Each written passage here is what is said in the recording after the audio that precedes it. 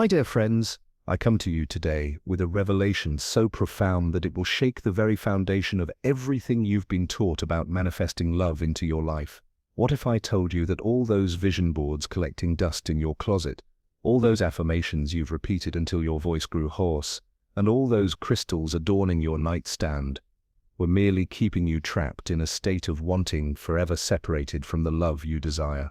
I am about to share with you the most closely guarded secret of manifestation, a truth so simple yet so powerful that when properly understood and applied, it collapses time and brings your desires into immediate expression. This is not theory, my friend. This is the actual teaching of Neville Goddard, perhaps the greatest mystical mind of the 20th century, whose work I have devoted the past 15 years of my life to studying and applying. The love you seek, the deep, fulfilling connection that your soul yearns for, is not something to be attracted or earned or found, and therein lies the first shocking truth that will revolutionize your understanding. The world around you, including every person in it, is not separate from you, but is instead a projection of your own wonderful human imagination. Yes, you heard me correctly. The whole vast world is yourself pushed out, Neville proclaimed in his lectures. All that you behold, though it appears without, it is within, in your imagination, of which this world of mortality is but a shadow. These are not mere poetic expressions, but literal descriptions of the nature of reality that modern quantum physics is only beginning to validate. When you truly grasp this first principle, that there is no out there, you will understand why traditional manifestation techniques keep you locked in a cycle of eternal wanting. They position love as something external to be attracted, rather than an expression of what you already are.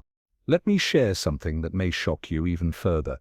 In all of Neville's writings and lectures spanning decades, he never once spoke about attracting anything. This concept of attraction that permeates modern manifestation teachings is entirely foreign to his actual message. Instead, he spoke of assumption, the art of assuming the feeling of already being, having, and experiencing what you desire. For Neville taught that imagination creates reality, not sometimes, not eventually, but always and in all ways. Every circumstance in your life right now, including the presence or absence of love, is the direct result of what you have been assuming to be true in the depths of your consciousness. Man's chief delusion, Neville said, is his conviction that there are causes other than his own state of consciousness. This means that no technique, no person, no circumstance has prevented love from manifesting in your life. Only your own assumptions about yourself, about love, and about your worthiness have determined your experience. Now, I know what you may be thinking. If imagination creates reality, why haven't my imaginal acts of loving relationships manifested? This brings me to the second shocking truth I'll reveal in this video. Most people completely misunderstand how to properly use their imagination to manifest their desires. You see, the conventional wisdom tells you to visualize repeatedly, to affirm constantly, to focus intently on what you want until it manifests. Yet Neville taught something profoundly different. He taught that manifestation is not about repetition, but about feeling, specifically about capturing and maintaining the feeling of already having what you desire.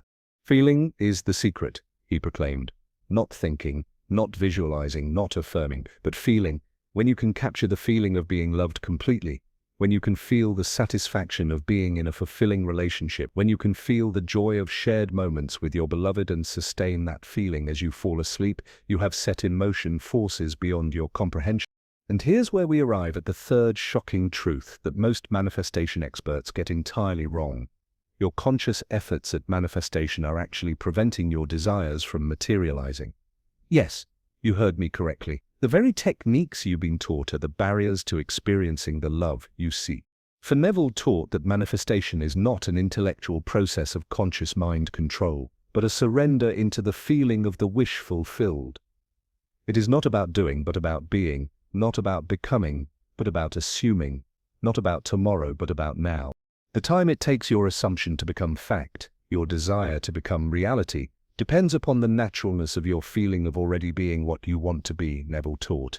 When you can naturally feel yourself to be loved, when that feeling requires no effort, no strain, no conscious manipulation, that is when love manifests most rapidly in your experience. In the next segment, I will reveal to you the exact process Neville taught for bypassing the intellect and impregnating the subconscious with the feeling of already being loved deeply and completely. I will share with you how to use what Neville called the law of reversibility to collapse time and bring your desired love into immediate expression. What you are about to learn is not another technique to add to your spiritual toolkit. It is, rather, a complete reconceptualization of the nature of reality and your relationship to it. It is, as Neville described it, a movement of consciousness that will forever transform how you understand and experience love. Let us now dive deeper into the first profound misconception that keeps love at perpetual distance from your experience: the belief that manifestation is about attracting things from outside yourself. Neville Goddard stated unequivocally, "The whole world exists within you." This is not metaphor but the literal structure of reality. The person you wish to attract, the relationship you desire to experience, these are not external realities but states of consciousness within you awaiting expression. In his lecture, "Imagination Creates Reality," Neville proclaimed, "There is no one to change but self. All you believe to be other than self is only self made visible." This means that the perfect loving partner you seek is not some external person you need to find or attract, but rather a state of consciousness you enter and occupy. Think about this. When you say you want to attract love, what are you really saying? You are declaring that love is not present, that it is something you lack, that it exists outside of you and must be drawn toward you through some technique or effort. This very assumption that love is absent is what keeps manifesting as your experience. Let me share a story from Neville's lectures that illustrates this principle perfectly. He spoke of a woman who had been seeking a loving relationship for years. She had tried everything: dating apps, social events, affirmations, even hiring a matchmaker. Yet love remained elusive. After attending Neville's lecture, she realized her fundamental error. She had been seeking love as something external, something to be found. Instead, she began to assume the feeling of already being deeply loved. Each night before sleep, she would imagine lying beside her beloved, feeling his presence, feeling completely cherished and adored. She did not visualize his face or specific features, she merely captured the feeling of being loved completely. Within 2 weeks she met a man who treated her exactly as she had imagined being treated in her nightly sessions. 6 months later they were married. The key to her success? She stopped trying to attract love and instead became the embodiment of being loved. This brings us to the second grave misconception: the belief that you need to keep affirming and visualizing repeatedly to manifest love. You need do nothing to bring it to pass, Neville taught, save fall asleep feeling as you would were you now in possession of that which you desire. The conventional teachings about manifestation have convinced you that more effort equals better results, that you must constantly visualize, affirm and focus on your desire for it to materialize. Yet Neville taught precisely the opposite. He emphasized that manifestation is not about quantity but quality, not about duration but depth, not about repetition but about intensity of feeling. Do not try to keep your attention on one state of consciousness for a long period of time, he advised. Simply capture the feeling of the wish fulfilled and fall asleep in that state. This single act, performed with complete abandonment to the feeling, is more powerful than years of half-hearted visualization or mechanical affirmations. I myself experienced this principle firsthand after years of fruitless searching for my soulmate. After discovering Neville's teachings, I realized my error. Each night for 1 week. Just 1 week, I fell asleep, capturing the feeling of lying peacefully beside my beloved, feeling completely understood, accepted, and cherished. I did not visualize a face or even specific characteristics. I simply surrendered to the feeling of being perfectly loved. On the 8th day, I met the person who would become my life partner under circumstances so unlikely that any rational mind would call it miraculous. Yet it was not miracle, but law, the law of assumption operating with mathematical precision to externalize in my world what I had assumed to be true in consciousness. Now let us address the third misconception that keeps love at bay: the belief that manifestation requires positive thinking and high vibrations. Neville never spoke of vibrations or energy. He focused entirely on the power of feeling and assumption. It is not what you want that you attract in life, he taught. It is what you believe to be true. This means that all your efforts at maintaining positive thoughts about love are worthless if at a deeper level you believe yourself to be unworthy or unlovable. Consider his concept of revision, not as a technique for maintaining positivity, but as a means of rewriting your memory to align with your desired self-concept. If you have experienced heartbreak or rejection, these memories continue to inform your sense of self, perpetuating patterns of disappointment in love. Through revision, you can literally rewrite these memories. Before sleep, you reimagine past painful experiences as if they had occurred differently. The painful breakup becomes an amicable parting. The rejection becomes an expression of perfect timing. The betrayal becomes a valuable lesson that prepared you for true love.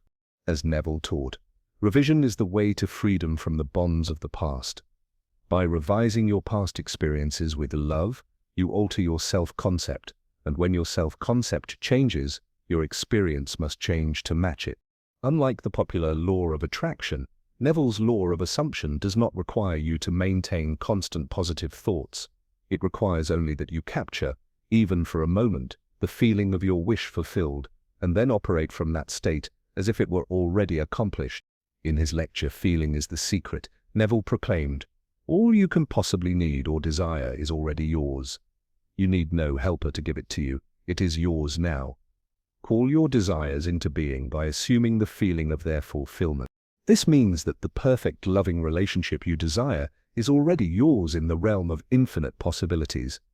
Your task is not to attract it, but to select it through the power of assumption and feeling. When you can truly feel yourself to be loved, when you can embody that feeling with your entire being, love must manifest in your external reality, because the inner and outer are one. Let me now integrate these revelations into a practical approach that you can begin applying tonight to manifest the love you desire. Remember, we have dismantled 3 critical misconceptions: that manifestation is about attracting things from outside yourself, that it requires repetitive effort, and that it depends on maintaining positive thinking. Instead, we have established that the world is you, pushed out. There is no out there. Manifestation requires quality of feeling, not quantity of effort. The law of assumption supersedes all techniques and methods. Here is the simple yet profound exercise that Neville himself taught for manifesting your desires, what he called the law of identical harvest. Tonight, as you prepare for sleep, do the following. First, find a comfortable position in which you can remain without movement. Physical stillness facilitates mental stillness, and it is in mental stillness that the subconscious becomes most impressionable. Second, close your eyes and take several deep breaths, allowing your body to relax completely. Feel the tension melting away from each muscle group, from your head to your toes, until you reach a state of perfect physical relaxation. Third, now imagine a scene that would imply the fulfillment of your desire for love. This scene must be natural, something that would actually occur if your desire were realized. Perhaps it is feeling the weight of a wedding ring on your finger. Perhaps it is hearing a beloved voice say, "Good morning, my love." Perhaps it is the sensation of falling asleep in the arms of your perfect partner. Fourth, and this is the crucial step, do not merely visualize this scene. Feel it. Feel the joy, the satisfaction, the gratitude, the love that would be yours if this scene were actually occurring. Feel it with your entire being, until the feeling becomes so real, so natural, that it requires no effort to maintain. Fifth, hold this feeling as you drift off to sleep. Do not strain to maintain the mental image, let it dissolve if it will, but hold fast to the feeling of fulfillment, of love, realized as you surrender to sleep. Sleep is the time when the subconscious is most receptive to impressions, Neville taught. When you fall asleep, embodying the feeling of your wish fulfilled, you are planting that seed directly into the fertile soil of the subconscious, where all manifestation begins.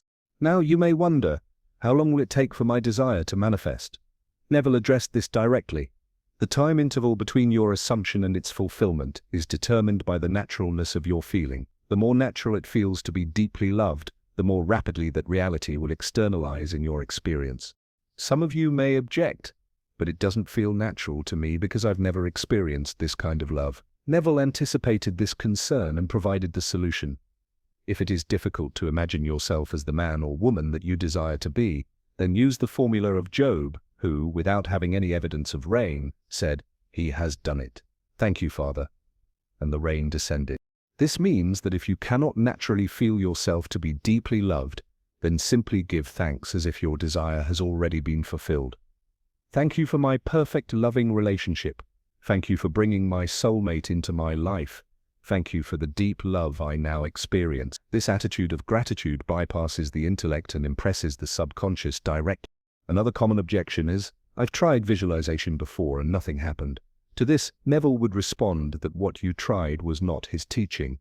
You visualized as a technique, as a means to an end, rather than losing yourself in the feeling of the wish fulfilled. You remained conscious of visualizing rather than becoming what you visualized.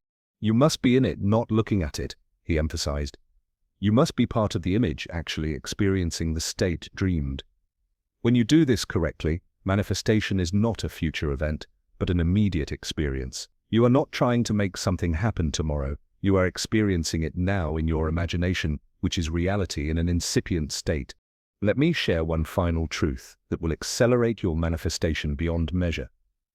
The feeling of love you seek from another is actually the feeling of your own love for yourself projected outward. When you truly love yourself completely, when you recognize your own divine nature as a creative being made in the image of God, you will find that love reflected back to you from everyone you encounter.